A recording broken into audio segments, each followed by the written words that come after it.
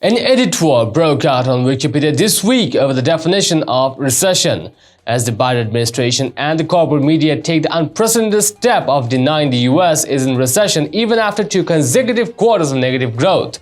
More than 70 edits to the page about recessions were made before the site logged the entry preventing further changes.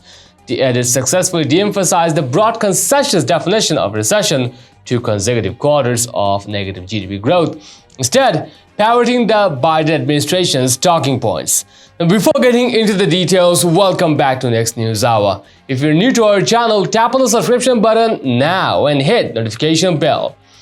Editors of the leftist-dominated online encyclopedia are pushing a definition of recession that is unusually broad and favors the Biden administration's claims that no recession has taken place. This definition from the National Bureau of Economic Research (NBER) claims that a recession is, and I quote, a significant decline in economic activity spread across the market lasting more than a few months.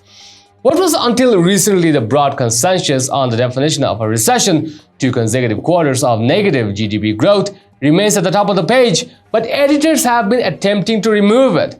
This definition is also described as the United Kingdom's definition.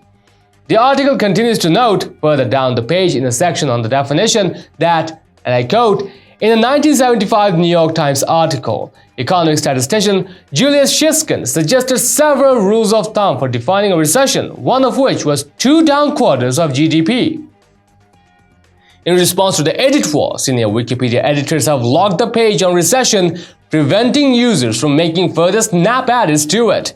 The near prominence of the NBER's definition comes after the Biden administration began citing it in its arguments backed by a sycophantic media that the US is not in recession. Breitbart News reported, White House advisors have repeatedly refused to define what a recession is, but they frequently cite the definition outlined by the National Bureau of Economic Research. The Republican National Committee also dug up old quotes from Biden's other economic advisors.